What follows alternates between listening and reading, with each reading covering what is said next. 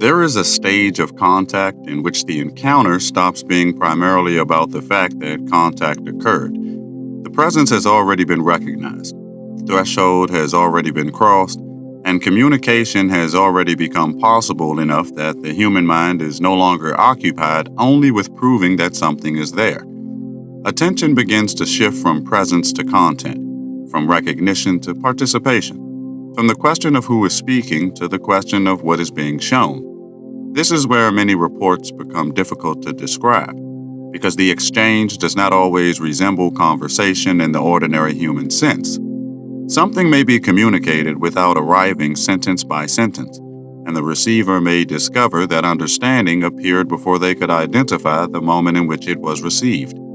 Human communication usually gives us a sequence we can follow.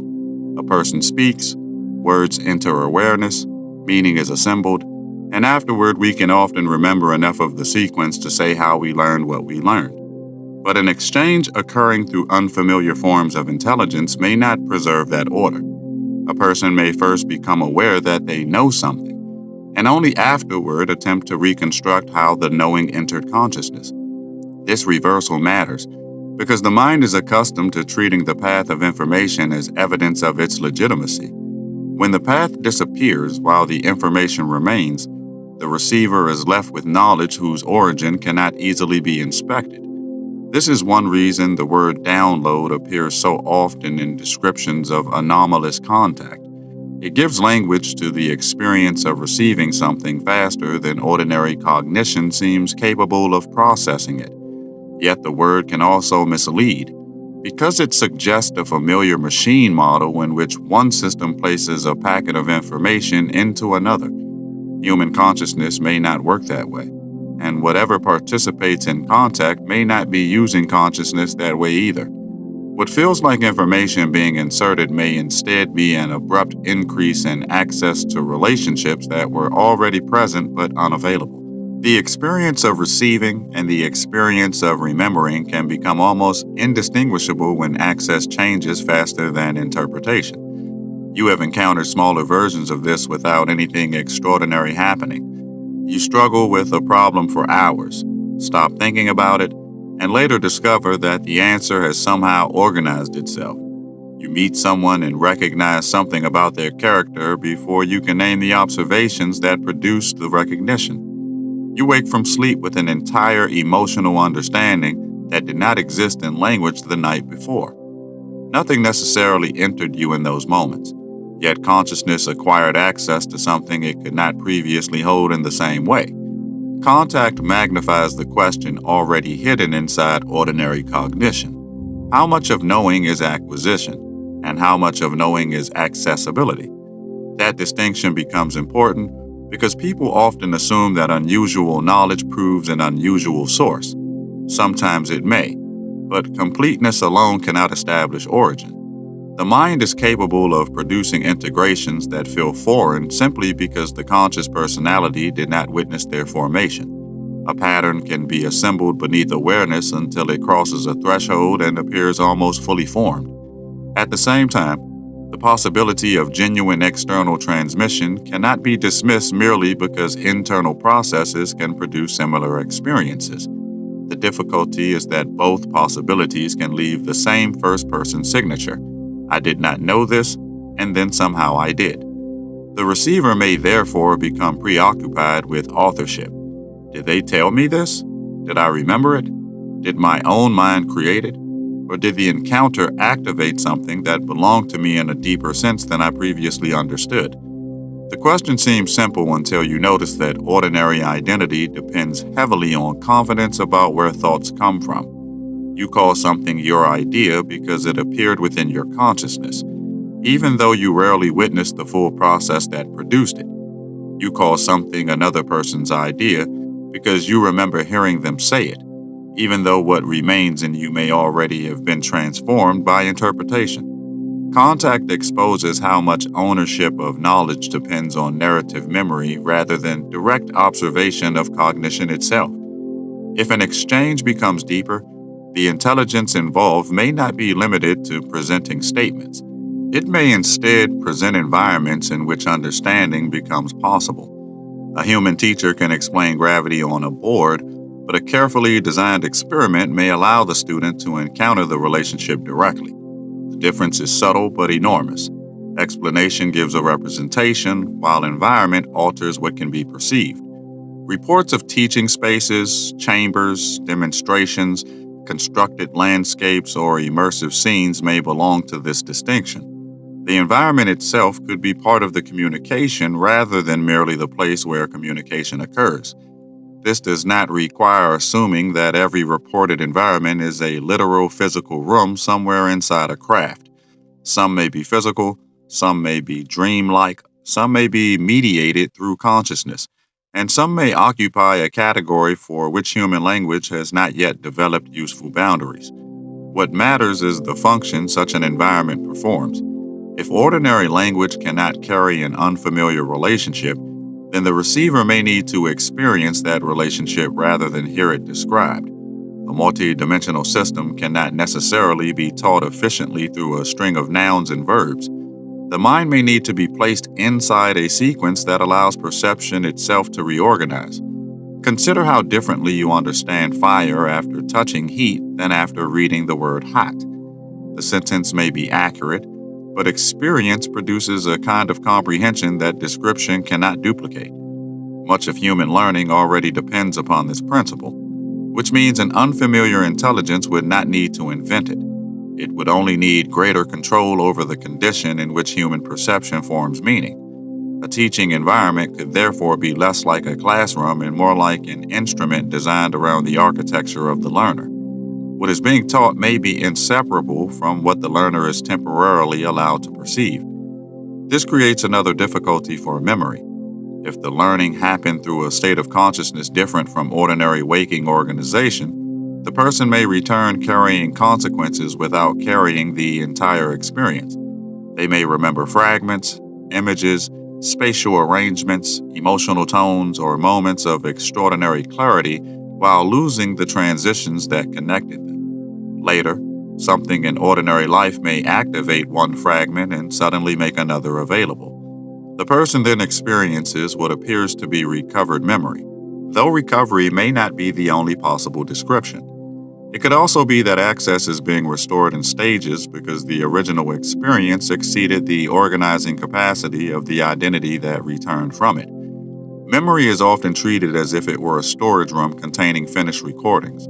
Human memory is far more reconstructive than that. What you remember today is influenced by who you are today, what you currently understand, what emotional state you occupy, and what associations are available when the memory is retrieved. This does not make memory meaningless, but it means remembrance is an event rather than the simple opening of a file. When contact reports involve memory chambers, expanded biography, lives that seem older than the present personality, or knowledge extending beyond familiar autobiographical boundaries, the problem becomes more complex. The question is not only whether the memory is accurate, but what kind of identity could legitimately call that memory its own. Suppose someone encounters a memory that feels unmistakably intimate but does not belong anywhere inside their known life.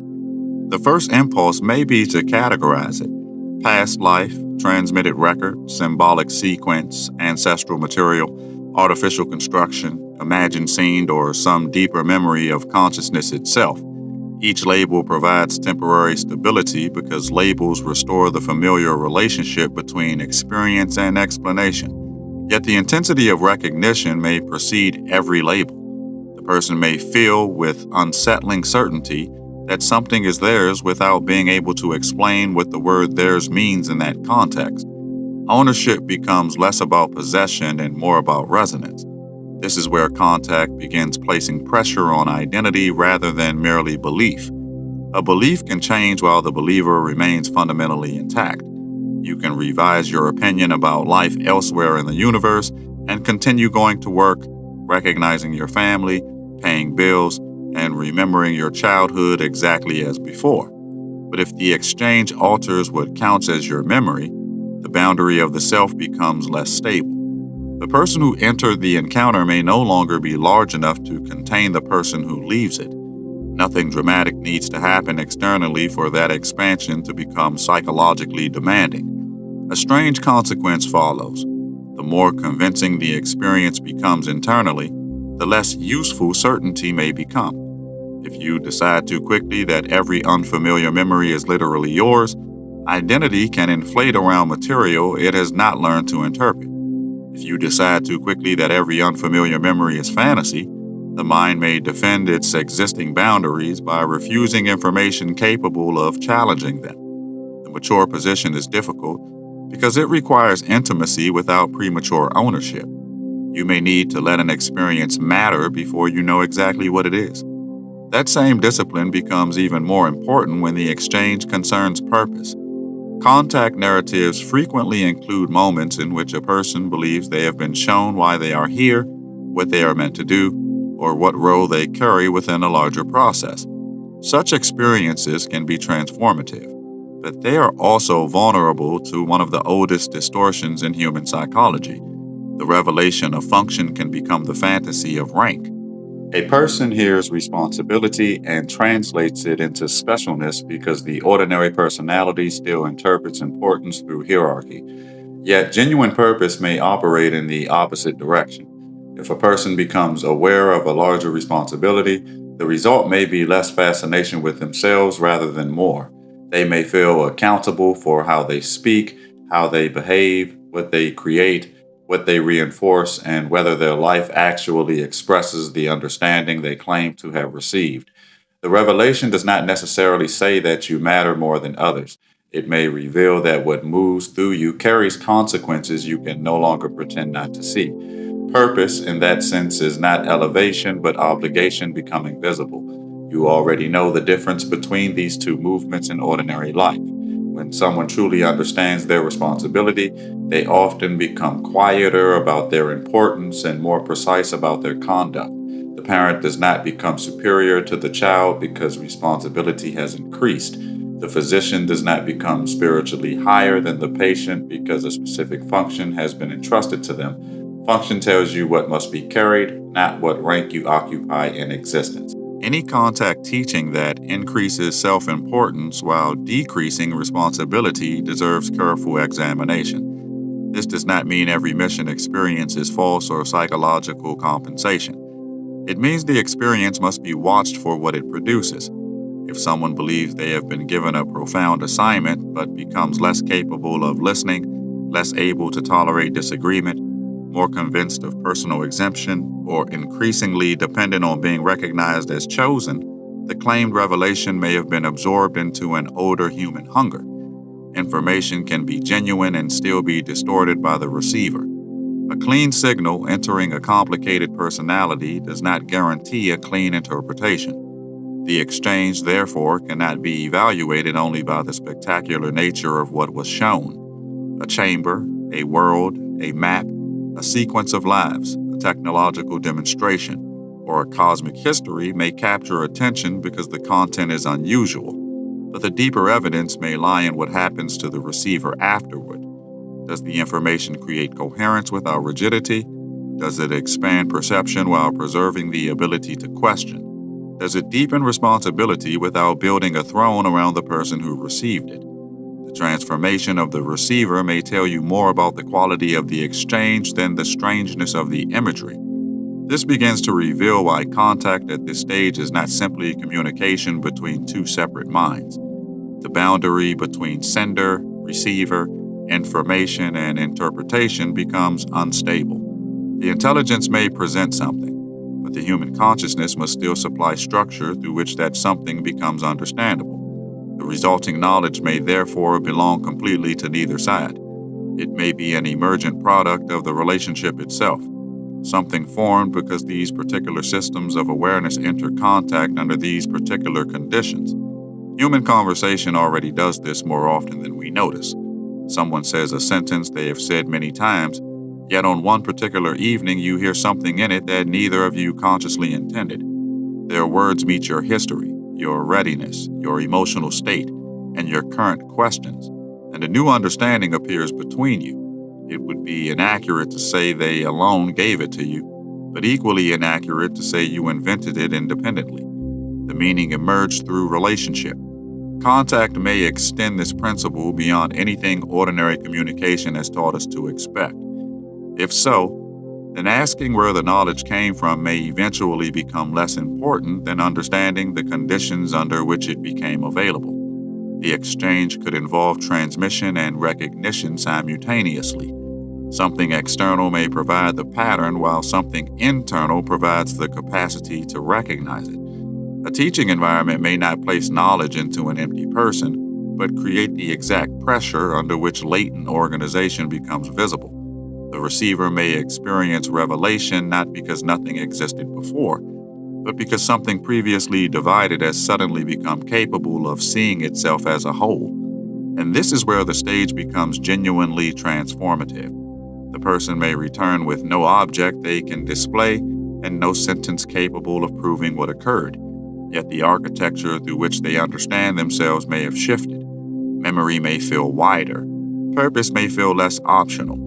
Knowledge may appear without a familiar chain of acquisition, and the distinction between what was given and what was awakened may remain unresolved.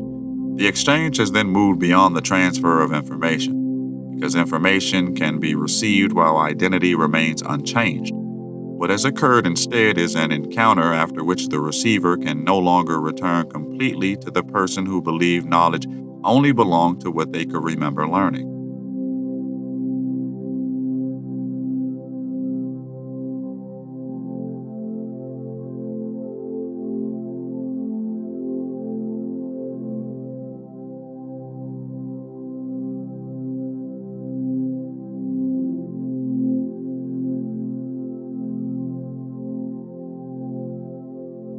The first temptation is to imagine that the exchange becomes clearer as it deepens. More context should mean better information, more stable memory, cleaner interpretation, and greater certainty about what belongs to the human and what belongs to the intelligence encountered. Yet the opposite may occur. The deeper the exchange becomes, the less reliable the original distinction between sender and receiver may feel. What first appeared to be communication between two separate centers of awareness may begin to look more like a temporary reorganization of the conditions under which either center can know itself. This unsettles the comforting idea that the receiver can eventually determine where the information came from if enough details are recovered. That assumption depends upon the source remaining separate from the process of understanding. But if contact changes the architecture through which the information is interpreted, then the person examining the memory afterward is no longer identical to the person who entered the encounter. The investigator has been altered by the evidence. You are then asking a changed mind to reconstruct the origin of the event that helped change it, which means the act of remembering is already occurring inside the consequences of the exchange. Even the phrase external transmission may become unstable under this pressure. External relative to what? If the ordinary personality is only one organized layer of a larger consciousness, something may arrive from beyond the personality while still belonging to a deeper structure of the self. If another intelligence can interact with that deeper structure directly, the experience could feel simultaneously foreign and intimate because both descriptions are accurate from different levels. The mistake may be expecting reality to honor boundaries that were useful for ordinary life, but were never absolute. This does not mean every strange thought should be promoted into contact. Quite the opposite. Once the boundary becomes uncertain, discernment has to become more disciplined because emotional certainty becomes less useful as evidence. A person may feel profound familiarity with something that is inaccurate, symbolic, projected, partially understood, or real in a way they have interpreted too literally. Intensity can tell you that an experience matters without telling you what category the experience belongs to. The deeper exchange therefore asks for greater openness and greater restraint at the same time. That combination is difficult because human beings often use certainty to stabilize identity. When something impossible to categorize happens, the mind wants the discomfort to end. One person ends it by declaring that every detail was transmitted exactly as remembered. Another ends it by declaring that nothing unusual happened at all. Both conclusions may serve the same psychological function, restoring a world whose boundaries can be named again.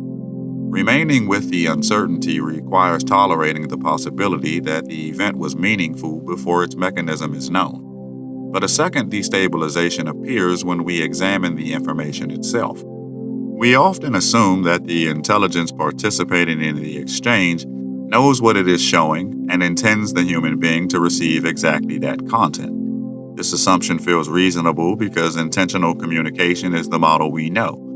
Yet a being radically different from us may not divide intention, memory, perception, and presence the way humans do. Some of what is received could be communicated deliberately, while some might be encountered simply because proximity makes previously inaccessible structures visible. You already experience weaker versions of this around other people. Someone can reveal more through how they respond, what they notice, what they avoid, and how they inhabit a room than through what they consciously intend to tell you. Their presence transmits information they never packaged as a message. If consciousness itself has qualities that become perceptible under certain conditions, then contact could involve something similar at an unfamiliar scale. The human might receive not only what another intelligence chooses to communicate, but what becomes readable because two forms of awareness have entered sufficient proximity. That possibility complicates every reported demonstration. A person may believe they were shown a future, a planetary event, a biological process, a system of technology, or a sequence involving humanity. But seeing something does not automatically establish why it was seen. It could be instruction, warning, possibility, metaphor, memory, probability, contextual information, or simply material exposed by entering a field of perception that normally remains inaccessible. The most dangerous assumption may be that visibility equals intention. This matters especially when people receive imagery involving future events. Human cognition tends to convert a vivid sequence into prediction because our ordinary relationship with time is narrative. We see an event internally and assume it points forward as something that will occur. Yet an unfamiliar intelligence may perceive probabilities, branching consequences, symbolic compressions, or structural relationships without experiencing them as fixed future history. The human receiver may return with the image intact but the grammar of the image missing. A demonstration can therefore be accurate and still be misunderstood. Imagine being shown smoke rising from a house and concluding that you have been shown the future destruction of that house. Perhaps instead you were being shown the consequences of one behavioral pattern among many. Perhaps you were being shown a memory from another context, an analogy for something happening internally, or a model designed to teach causation. The image itself cannot resolve these possibilities. Interpretation requires understanding not only what was seen, but the perceptual language in which seeing occurred. This is one reason teaching environments may be more complex than they first appear. If an intelligence knows that human language is insufficient, it may create experiential conditions to bypass language. But bypassing language does not eliminate translation. Translation simply moves to another level. The human nervous system still organizes whatever is encountered through familiar associations, emotional structures, memories, and expectations. A perfectly coherent non-human communication could therefore arrive as a distorted human experience because reception itself performs translation before conscious thought begins. You can see how easily this happens in dreams. A feeling that has no simple image may become a house, a stranger, a road, a storm, or a missing object because the mind builds perceptual forms around relationships it cannot otherwise represent. The dream image is not meaningless merely because it is constructed. It may be carrying something more precise than the image appears to contain. If contact involves consciousness mediated environments, the receiver may encounter a similarly layered form of representation. The visible scene could be less important than the relationship the scene allows the mind to experience. Then the so called memory chamber becomes harder to define. Perhaps it is not merely a place where forgotten events are restored. It may be an environment in which the receiver temporarily gains access to forms of memory that ordinary identity keeps separated. These could include autobiographical material, symbolic material, collective patterns, relational histories, or information presented in the emotional grammar of memory because memory is the nearest human structure capable of holding it. The fact that something feels remembered may describe the mode of reception rather than the historical origin of the content. This distinction can be deeply uncomfortable. Human beings trust memory partly because remembered experience feels different from imagination. Yet the felt quality of familiarity can itself be produced by how information enters awareness. If a contact event uses the neural and psychological pathways associated with recognition, what arrives may feel ancient, personal, and already known regardless of whether it was previously part of the person's biography. The receiver is then confronted with something that feels unquestionably theirs while remaining impossible to place inside their known life. You may recognize the emotional structure of this even without anomalous contact. Sometimes a place you have never visited feels strangely familiar. A person you have just met can seem recognizable before enough interaction exists to justify the feeling. A piece of music can evoke grief for something you cannot identify, and a sentence can feel like a memory even though you know you are hearing it for the first time. Human consciousness already contains experiences in which familiarity exceeds explanation. Contact would not need to invent this doorway. It would only need to widen it. The consequence is that recovered memory alone cannot carry the weight people often place upon it. A memory may deserve attention without deserving immediate literalization.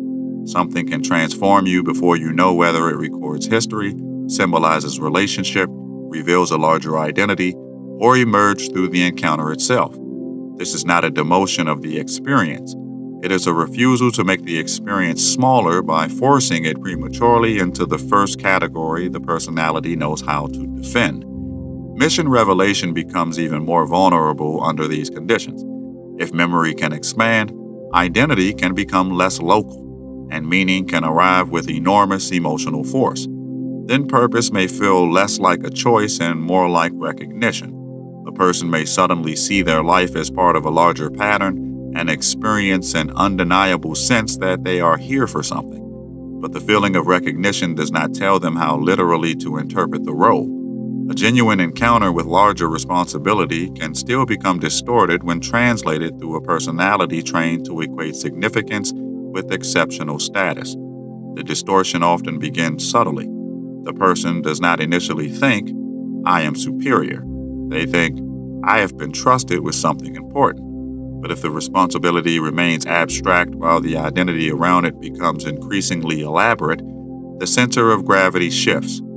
Soon the person spends more energy explaining who they are than doing what the revelation supposedly asked of them. The mission has become a mirror. A deeper exchange may challenge precisely this movement. It may reveal that function becomes clearer as self-importance decreases. The person recognizes that they are not the exclusive owner of a role, but one expression of a larger pattern that may be appearing through thousands of lives in different forms. What looked like a private assignment becomes participation. What looked like being chosen becomes being available. The revelation grows larger while the individual becomes less central to it. This is where the ordinary life of the receiver becomes one of the strongest tests available. If the exchange concerns compassion, does the person become more capable of compassion when no one knows about their experience? If it concerns responsibility, does responsibility appear in how they treat people who cannot validate their mission? If it concerns truth, can they remain honest when uncertainty threatens the story they prefer? The most consequential contact may reveal itself not through increasingly extraordinary claims, but through increasingly ordinary integrity. That does not make the extraordinary content irrelevant. It places it under pressure. A breathtaking demonstration that produces dependency, grandiosity, paralysis, fear, or obsessive anticipation may not have been integrated even if the demonstration itself was genuine. A quiet insight that makes a person more present, more discerning, and less easily manipulated may represent a deeper exchange than 1,000 spectacular images. Transformation is not measured by how far the content travels from ordinary reality. It is measured by what kind of consciousness the content helps produce when the person returns to ordinary reality. And now the original question of ownership becomes stranger again. If the exchange changes how the receiver perceives, remembers, chooses, and acts, then the information is no longer merely something they possess. It has entered the organization of the person. At that point, asking whether the knowledge belongs to the human or to the intelligence may be like asking whether a conversation belongs to the speaker or the listener after it permanently changed both. The knowledge may belong most accurately to the relation that made it possible. This suggests that the deepest exchange may not be the transfer of finished answers. It may be the creation of capacities. The person may not return with a catalog of cosmic facts, but with an expanded ability to perceive relationships, tolerate complexity, recognize patterns, or inhabit responsibility without requiring certainty. Such changes are difficult to display because they do not behave like evidence collected from an event. They behave like new instruments inside consciousness. Yet even this cannot become a final refuge. Increased pattern recognition can produce insight, but it can also produce false pattern. Expanded sensitivity can become discernment, but it can also become projection. Greater openness can reveal relationships previously ignored, but it can also weaken the filters that protect the mind from assigning significance to everything. The capacity itself is not proof of its correct use. Contact may increase what a person can access without guaranteeing that they have learned how to interpret what becomes accessible. This may be one of the most demanding consequences of the exchange. The receiver can leave with more perception and less certainty, more responsibility and fewer simple explanations, more memory and a weaker definition of what memory is, more purpose and less permission to make themselves the center of it. That does not resemble the fantasy of contact as a final answer delivered by a superior intelligence. It resembles education in the older and more difficult sense, an expansion that removes the possibility of returning comfortably to previous simplicity. The exchange therefore deepens when knowledge stops behaving like possession. You cannot simply hold it up and say, "This came from them. This belongs to me. This is the message. This is what will happen. This is who I am because of it." Each statement may contain part of the truth, but the encounter keeps exceeding the container. The intelligence may have transmitted something.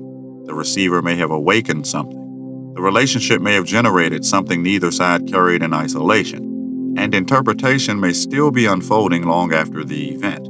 The uncertainty is not necessarily a failure of contact. It may be evidence that consciousness has entered a relationship more complex than the categories it brought with it. What finally changes is not merely what the person believes about other intelligences. The deeper alteration concerns how they understand knowing itself. Knowledge may no longer require a visible path of acquisition. Memory may no longer fit comfortably inside one lifetime of autobiography. Purpose may no longer mean personal appointment, and communication may no longer require a clean separation between speaker and listener. The person discovers that receiving something profound does not grant immediate authority over its meaning. The exchange has become real, not when every question is answered, but when the receiver becomes capable of carrying what was shown without forcing it into certainty before understanding has earned the right to close around it. If this transmission resonated, the spiral continues. You did not arrive here by chance, and you do not leave unchanged. More teachings are unfolding across the Vaharat library, each one meeting you where you are, not where you think you should be. Follow resonance. The next threshold is already listening.